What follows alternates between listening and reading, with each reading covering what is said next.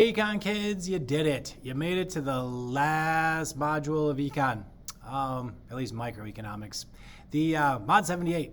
It talks about income distribution and income inequality. Now, this section as a whole is probably a nice to know section. Basically what they do in this section is they give you some little graphs and talk about things in overall income distribution wise. I don't know if I've ever seen more than like one multiple choice question on any of these topics. So we'll kind of hit the high points. If you can remember something, great. If you can't, it's just probably one multiple choice question, and it is what it is. So in terms of income inequality, the first thing that your textbook would talk about is like, well, what is poor? What is poverty? The thing is, who is poor is oftentimes not always who you think it is. Like, there's a reason a lot of times why someone might be poor. And it's not a lot of times it's because they don't have human capital, right? They might not have the education that they might need. They might not have some other things going for them. And in America, it used to be where if you were born into poverty, you could just, pick yourself up by your bootstraps and climb up the ladder. That is less and less now. You can go look at the data if you want, but the odds of you actually making it if you're born into poverty is like, it used to be where you really could kind of advance yourself. Now, it's kind of like whatever you're born into, that's probably where you're going to be. So if you're born wealthy, good job, you did it. If you're born poor, it is really tough to be able to come out of that. So when we look at this section, it's kind of like, well, what are the causes? Oftentimes, the cause could be totally not anything under your control. If all of a sudden you happen to get married and the love of your life is like, oh man, everything's going so great, and then all of a sudden you didn't realize it, but she has cancer, and the medical treatment that you have to have isn't covered fully by insurance, and you're not just going to let the love of your life die. So instead, you're going to go do everything you can to get as much treatment as possible, and you're just going to go financially into ruin, right? You lose everything, huge debt, and then all of a sudden, lose the house, lose the car, lose the wife, and now all of a sudden people are like, oh, you're poor. Well, you know what? Maybe you shouldn't have assistance because you're just living off the system. It really wasn't any fault of your own. It just sort of happened with the choices you made. Sometimes you end up with a problem like all of a sudden you and your wife are happily married, everything's awesome, and you have a baby and the baby has some special needs problems and they have to have surgeries. And the multiple surgeries that they have aren't covered necessarily through your insurance because you work someplace where they keep you just under full time so they don't have to offer you any benefits. And now all of a sudden you don't have anything and you're stuck. Do you just let your child die, or do you go through everything you can to have the surgeries that they need? Well, you go through everything you can, you adjust your schedule, you buy a different type of vehicle, you make some modifications, and now all of a sudden you need some assistance. And again, that's what happens. Sometimes I think people are so focused on like, oh, that person's using the system to get everything. Well, okay, but I guess if that's what you think, then you can go do it too. Yay, right?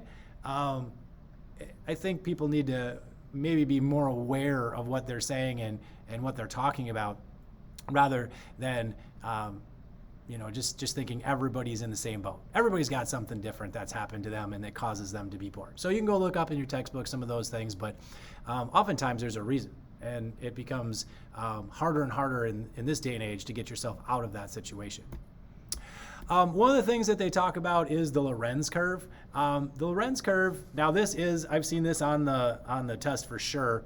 A Lorenz curve looks like this one on the left here. And basically all it's showing you is this line, this one going up in this direction, this line would be perfectly equal income. Because on the one side, what it's showing you is percentage of income overall in a country, percentage of the population. So this line, if you pick a point like right here, what that would mean is 50% of the income is going to 50% of the population. And then if you pick a line up here, like 75% of the income is going to 75% of the population. And then here, 100% of the income is going to 100% of the population, right? But if you look at the graph above there, you see the pink That area in here, this area of inequality that it says up there, this A area, that's because the line that it's referring to, this is an area of inequality because the line that the country actually is on is not the blue line I just made, but rather this black line here.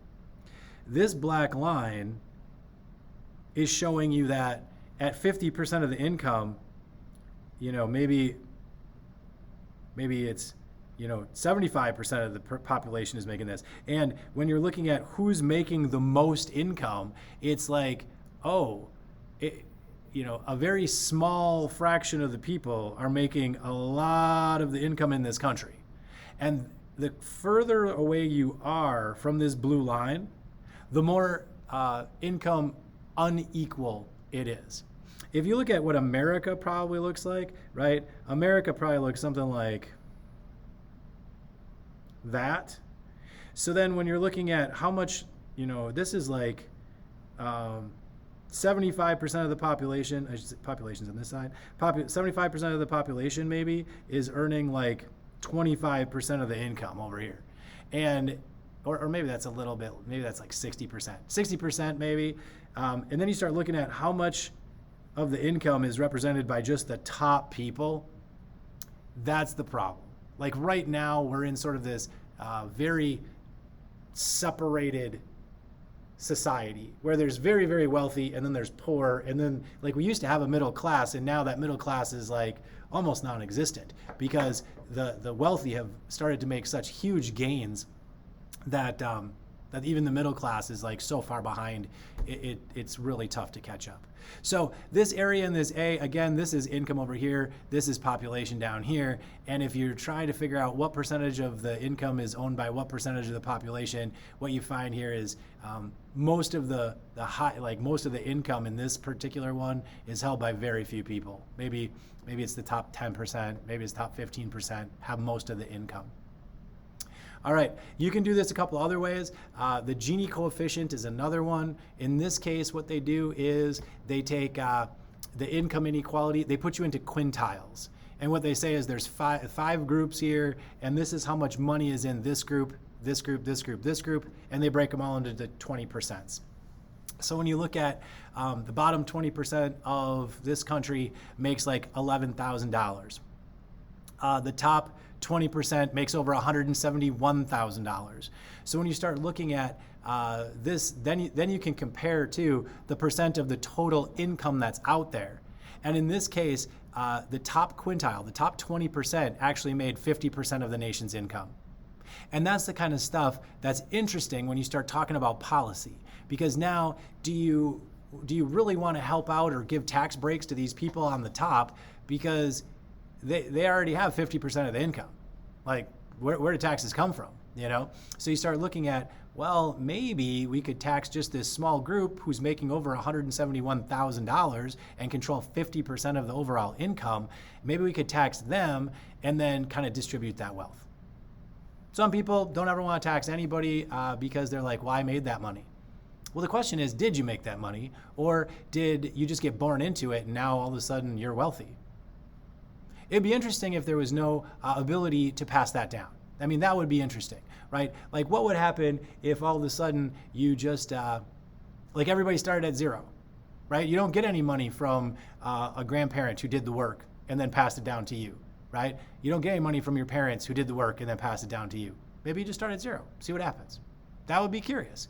But again, income inequality, another way to measure it. So whether it's the Gini coefficient or the Lorenz curve, both of them measure the same thing. It's called income inequality. They do it in different ways. The Lorenz curve would be a line like this, and literally the question they're going to ask you on the test is, what does A represent? And you'd have to say the area of income inequality. The Gini coefficient, it would probably just be definitional, dividing it into the quintiles, okay? Last but not least, as we're looking at this, the problem in poverty, when you start going into this poverty, especially due to unanticipated events, then do you have a safety net? Is there something to provide temporary assistance? Is the country responsible for those people, or should we just be like, nah, let them?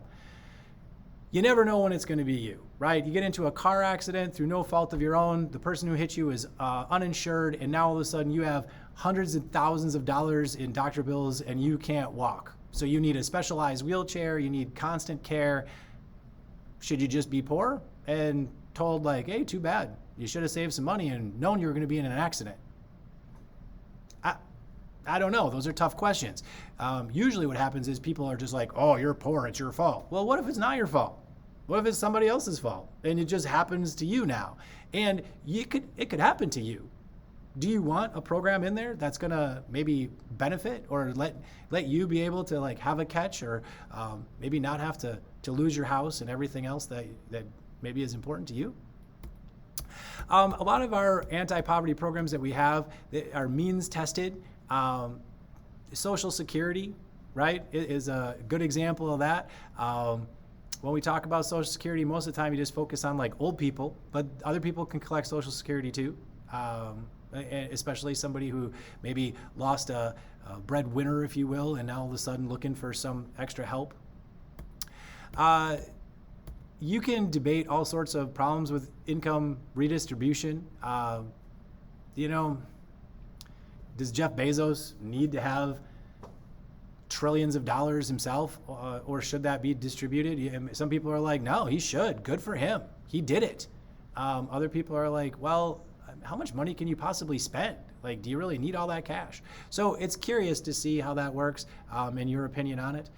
And then last but not least, this one is the Laffer curve. This has come on, President Trump has tried some of this, President Reagan we'll talk about in a second, but this Laffer curve I kind of drew over here for you, and you can see what this one is. This one is when Arthur Laffer actually supposedly famously drew this on a napkin for President Reagan, and what he said was, the tax rate in here, if you tax everybody 100%, you will bring in zero tax revenue because no one will want to work.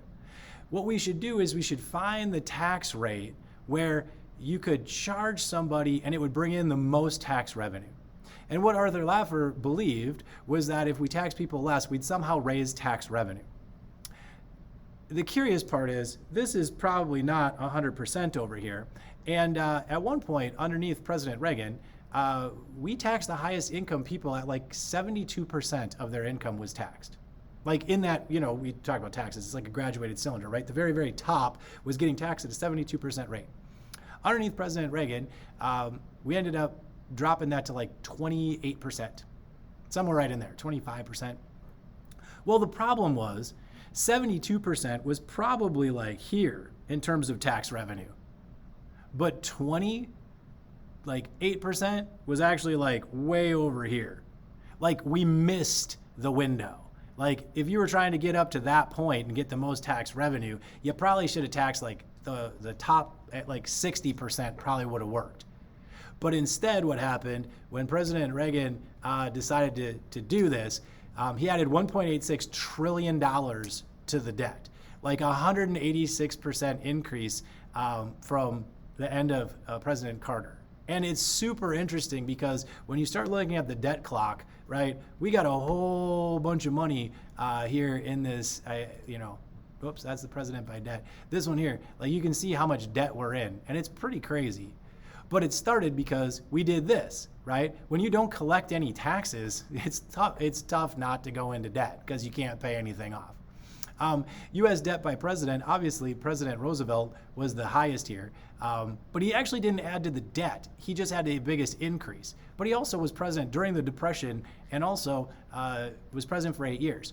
So as you look at it, is it bad to add debt? Probably not, as long as you can make your payments, right? But at the end of the day, President Reagan is the one who kind of started that process of getting us into this ginormous debt, of which now that debt clock is pretty crazy. So as you look at spending, maybe we do have to cut back a little bit. It's interesting to see when politicians decide to pull out the debt clock as their choice. Usually it's when the opposite party has the presidency. Then all of a sudden you get every politician saying, oh, can't spend the debt clock.